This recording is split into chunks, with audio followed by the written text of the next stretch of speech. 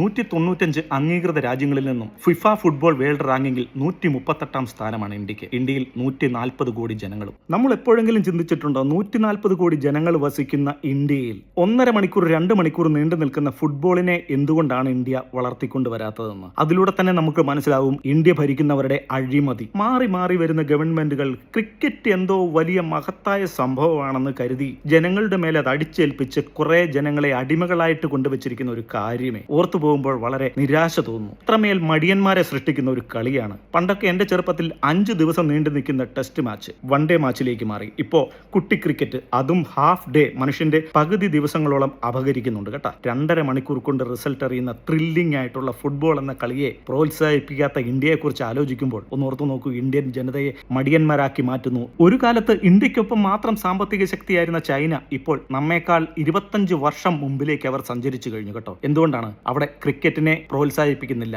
ജപ്പാനും അതുപോലെ. ഇന്ന് ആ ചൈന അമേരിക്കയോടൊപ്പം കിടപിടിക്കുന്ന ഒരു രാജ്യമായി മാറിയെങ്കിൽ, ക്രിക്കറ്റിനെ പ്രോത്സാഹിപ്പിച്ചിരുന്നുവെങ്കിൽ അവർ ഇന്ത്യയെ പോലെ ഇന്നും ഒരു ദരിദ്ര രാജ്യമായി മാറി പട്ടിണിയിൽ അകപ്പെട്ട് കിടന്നേനമായിരുന്നു എന്ന് ചിന്തിക്കുന്നു. ഒരു ഉദാഹരണം കൂടി പറയാം. ഏഷ്യൻ കൺട്രിയിൽ നിന്ന് 4 രാജ്യങ്ങളാണ് ക്രിക്കറ്റിൽ സജീവമായിട്ടുള്ളത്. ഇന്ത്യ, പാകിസ്ഥാൻ, ശ്രീലങ്ക, ബംഗ്ലാദേശ്. ഈ 4 രാജ്യങ്ങളും ദൈവകൃപയാൽ പട്ടിണി രാജ്യങ്ങളായിട്ടാണ് അറിയപ്പെടുന്നത്. നോക്കൂ, ഇങ്ങ് കൊച്ചു കേരളത്തിൽ കുടുംബശ്രീ വഴി അമ്മിണിക്കുട്ടിയമ്മ 10 ബോട്ടിൽ കണ്ണിമാങ്ങാച്ചാർ വിറ്റഴിക്കുമ്പോൾ അത് മനോരമയ്ക്കും മാതൃഭൂമിക്കും വലിയ തലക്കെട്ടോടുകൂടി വാർത്തയായി മാറുന്നു.